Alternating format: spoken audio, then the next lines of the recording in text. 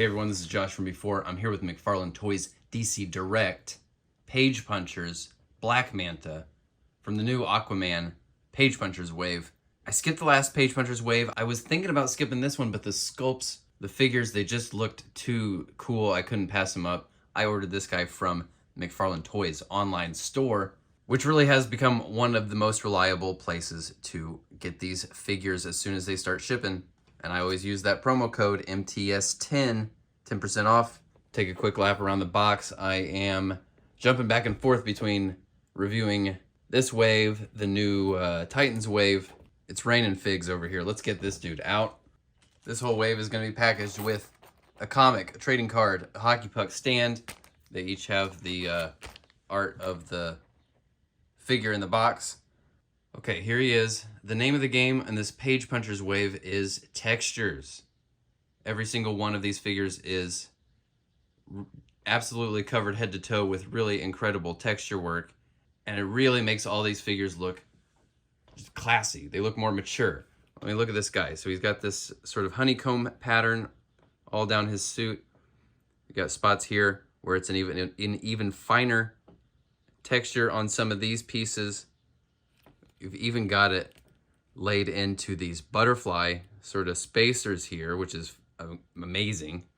You got the spots inside the thigh here that are kind of quilted, or maybe they're ribbed for our pleasure. And all these textures contrast really nicely with these flat, smooth spots that kind of give your eyes a break. There's also some really nice contrast between these glossy spots and the matte spots. It just really, really makes this guy, even though he's not got a lot going on as far as paint apps, he's mostly just a solid black figure. There's enough variety going on in here to keep it interesting from head to toe. Sharp looking dude. So he's got his flying saucer helmet here, and the articulation is pretty nuts. Very cool, a lot of range. He doesn't get up because he's got this big apparatus and these tubes coming out the back of his head, which are amazing, and they move whenever you turn the head, but he doesn't look up a ton. Everywhere else, the shoulders are really great. He's got these pieces of shoulder armor attached to the bicep. They float up there and get out of the way when you lift that arm. Again, that texture on those butterfly sort of spacers here, pretty fantastic. See the range of that bicep swivel. Double elbows aren't the tightest I've ever seen. Let's see if we can. Well, see, here you go. This is a great example, actually. If you're bending these elbows and you bend the top one first and then the bottom one, you get about that much. But if you bend the bottom one first and then the top one, it gets a little tighter. You see that? You see how this one's making more contact there against the bicep? Just a little bit, but it's noticeable. Wrists are tucked up under there really nicely, so you don't see them much, but they're not hindered in their movement at all. Pretty good range of the torso. You got a little bit of forward movement and a lot backwards, so he could be kind of swimming. The legs are slightly impaired here by the shape of the cuts here on the pelvis. He can kick up about yay high, which, I mean, you can push it, I guess. Backwards, also impaired a little bit by the shape of that booty. It kind of pushes the legs out. The double knee on the legs works really well, even despite having this big sort of fin on the back of the calf. Still gets up there nice and tight.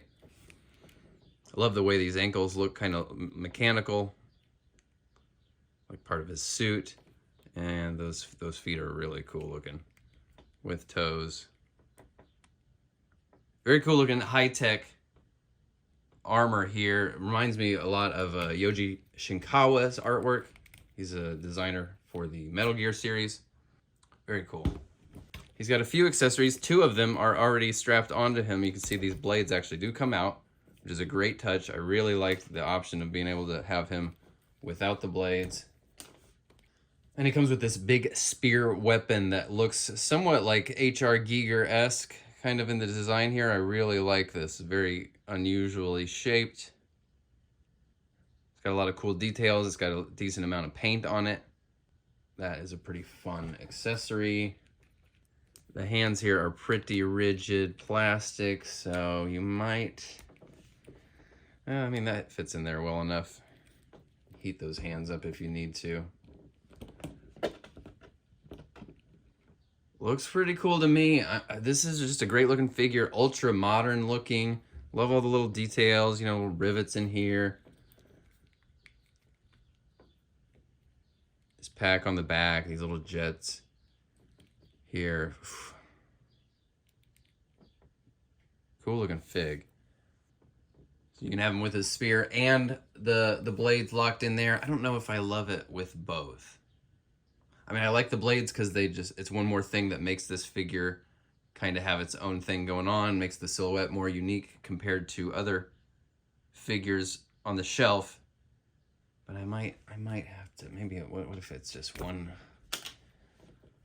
blade and one spear? We'll see, I'll have to play around with that. I will compare this guy to the rest of the wave once I get them all out of the box. For now, I'm just going to say that this is a really, really cool looking figure. You could probably pass on it if you're not trying to pick up every single Aquaman character. But, I mean, for me, this would be the one figure from this wave that I'd definitely be holding on to. This is just a straight up cool looking dude, whether you're into Aquaman or not. Stay tuned for the rest of this Page Punchers wave. I'll have those videos coming out very soon, and I will see you all next time. Thanks for watching. Bye.